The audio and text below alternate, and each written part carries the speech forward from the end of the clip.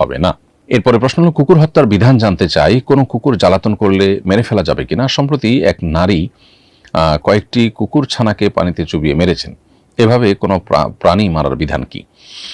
প্রথম কথা হলো যে, কুকুর বা যে কোনো প্রাণী যদি মানুষের উপদ্রবের কারণ হয় তাহলে সেক্ষেত্রে তাকে হত্যা করা যাবে। আজকের পৃথিবী অতি প্রাণী প্রীতি এটি দেখিয়ে তারা মনে করে যে না, কোনো প্রাণী হত্যা করা যাবে না, কোনো বিষধর প্রাণী হত্যা করা যাবে না, করলে মানুষকে শাস্তি দেওয়া হবে। হ্যাঁ, অহেতুক কোনো কোনো প্রাণীকে হত্যা করার পর ইসলাম সমর্থন করে না, কিন্তু মানুষের উপদ্রবের কারণ যদি হয় তাহলে সেক্ষেত্রে মানুষ সেই উপদ্রব থেকে আত্মরক্ষার জন্য প্রাণী হত্যা করতে পারে। আমরা জানি অস্ট্রেলিয়ার মতো উন্নত দেশ, তারা প্রচুর পরিমাণ ক্যাঙ্গারু, প্রচুর পরিমাণ ওট রাষ্ট্রীয়ভাবে উদ্যোগ নিয়ে তারা হত্যা করেছে, কারণ সেগুলো অনেক ক্ষেত্রে তাদের উপদ্রবের কারণ হয়েছিল।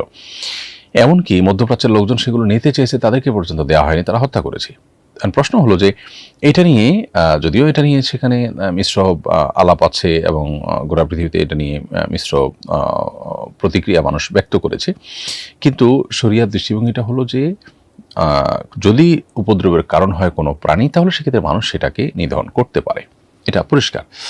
এর পাশাপাশি যে বিষয়টি আমাদের মাথায় রাখতে হবে সেটা হলো যে কোনো প্রাণীকে নিধন করা যাবে উপদ্রব করলে। উপদ্রব করা ছাড়া কুকুর হোক আর যে হোক আপনি অহেতুক তাকে হত্যা করতে পারেন না, এটা যেমন ঠিক। আবার উপদ্রব করলেও তাকে আপনি নির্মমভাবে বা যেনতেনভাবে চাইলে হত্যা করবেন সেটাও কিন্তু করতে পারবেন না।